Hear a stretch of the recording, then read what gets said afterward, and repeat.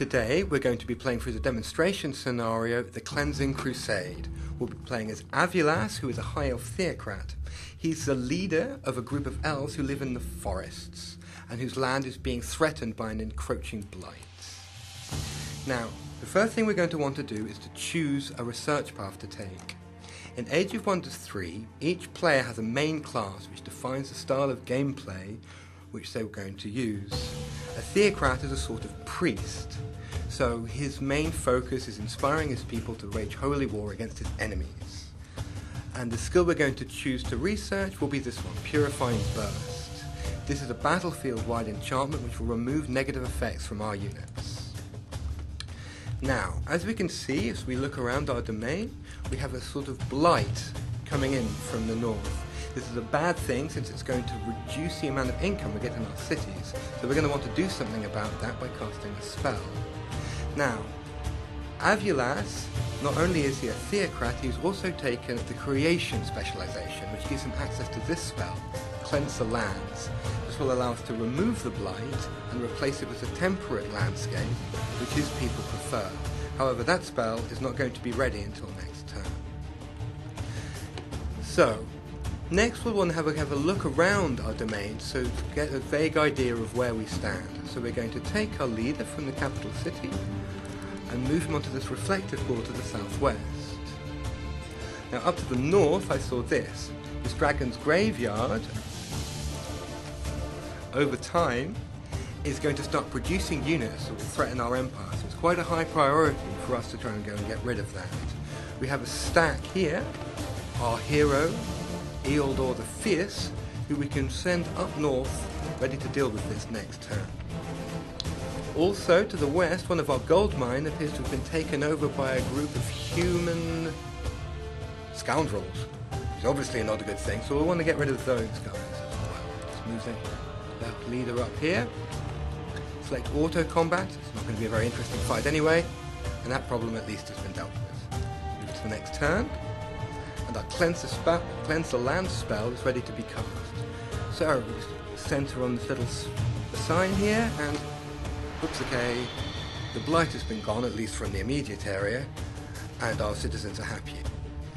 Okay, so for the first stop in our global crusade, we're going to go and cleanse this dragon's graveyard over here. Move in, click enter. On the left, we see our force of good against the evil armies of darkness on the right. Looks like we're going to be fighting a dragon. So click on manual combat. Don't really want the AI to be taken over here. Here we see the dragon's graveyard with the big scary bone dragons coming over here to probably do something really horrible to us. Yep, and there he goes. His breath. And now the other guys are coming in to follow up behind, the evil minions.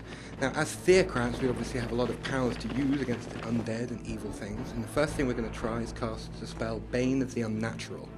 This spell will give all of our devout units, which is most of the theocrat units, a damage bonus against the undead, i.e. this big scary dragon here.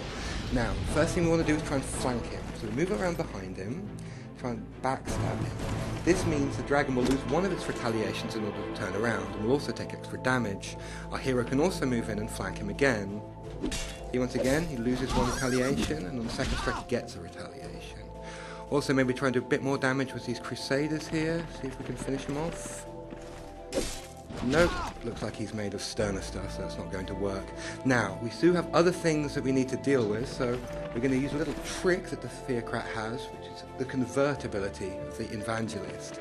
This allows the evangelist to convert heathen enemies to the true faith. So we'll set these guys over here up on the right, and hopefully the enemy will move into us. There goes the dragon again with his gas breath attack. And here comes an assassin right into the jaws of our little priesthood we've got set up here. Other enemies moving in, fighting, stabbing. Now the first thing we want to do, our turn again, is Holy War, another spell which once again will boost the damage output of all of our units. Very powerful theocrat spell. Now all of our units will do damage against all enemies. So the first thing we want to do now is try and convert these assassins. Click on that, and now they're on our side, so we can send them over there and let them absorb some of the damage from these scoundrels. There we go. Now hopefully our Crusaders can finish them off. As you can see, these holy war cast, the scoundrels really don't stand a chance against those super buffed units. And hopefully the dragon won't stand a chance either. Nope. There we go. And that just leaves one last little pile of skeletons for us to try and finish off. And down they go as well, and victory for the forces of justice. Okay, so now we've completed that treasure side. We get a reward, a magic sword, give it to our hero to make him more powerful, and now we're ready to bring the light of faith to the heathen masses across the world.